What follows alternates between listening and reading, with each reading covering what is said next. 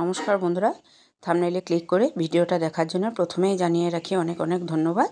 তো আবার প্রতিদিনের মতো আজকেও আবার নতুন জিভে জলানো একটা রেসিপি নিয়ে ফিরে এলাম। তো দই পটল বানানোর জন্য দেখো বন্ধুরা, পটলগুলো এইভাবে কেটে ধুয়ে পরিষ্কার করে নিয়েছি আর এইভাবে দুই দিক থেকে মুখটা একটু করে কেটে দিয়েছি।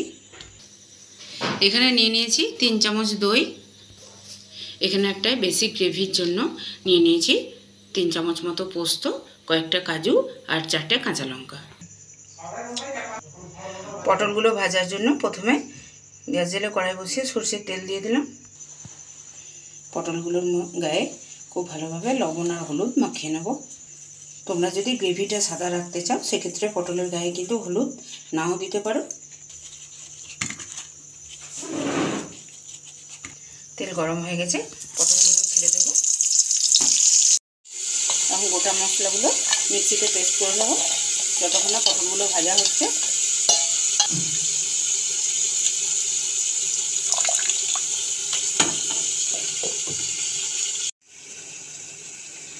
কাজু, পোস্ত, কাঁচা লঙ্কা খুব ভালোভাবে বেটে নেওয়ার পর এর মধ্যে দিয়ে দিচ্ছি দইটা।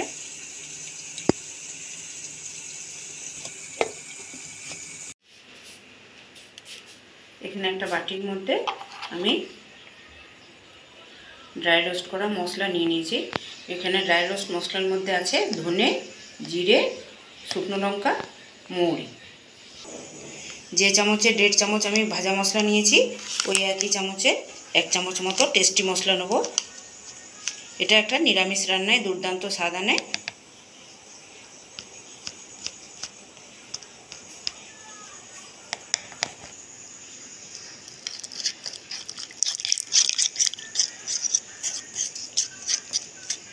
জল দিয়ে খুব ভালোভাবে মশলাটা ভিজিয়ে নেব। পটলগুলো খুব সুন্দর ভাজা হয়ে গেছে আর যেহেতু দুই দিকের মুখটা একটু করে কেটে দিয়েছিলাম তার জন্য খুব তাড়াতাড়ি সেদ্ধও হয়ে গেছে। ভাজা পটলগুলো তুলে নেব কড়াই থেকে। এখন ওই তেলের মধ্যে ভিজিয়ে রাখা মশলাটা দিয়ে দেবো। আজকের রেসিপিটা আমি সম্পূর্ণ নিরামিষ পদ্ধতিতে বানাচ্ছি। তোমরা যদি আমিষ পদ্ধতিতে বানাতে চাও সেক্ষেত্রে একটু এই ভেজানো মশলার সাথে একটু পেঁয়াজ বাটা অ্যাড করে দেবে। এখন ওই মশলার মধ্যে দিয়ে দিচ্ছি ভেজে রাখা পটলগুলো। মশলার সাথে পটল খুব ভালোভাবে কষিয়ে নেব।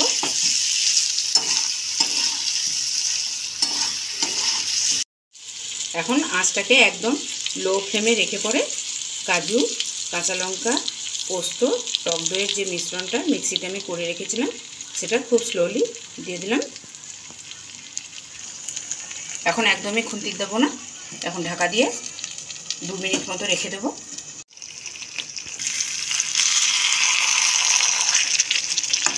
2 মিনিট পর ফিরে এলাম।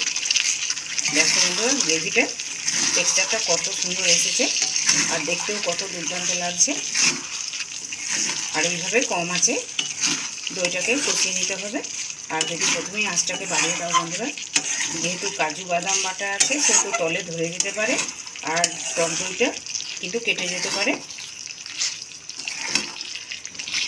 একদম অনুষ্ঠান বাড়ির স্টাইলে দই পটল প্রায় রেডি হয়ে এসেছে।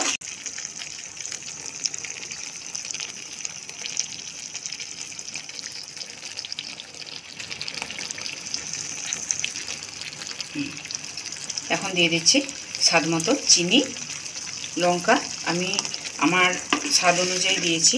তো তোমরা যেমন ঝাল খাবে সেই অনুযায়ী ঝালটা ব্যবহার করবে।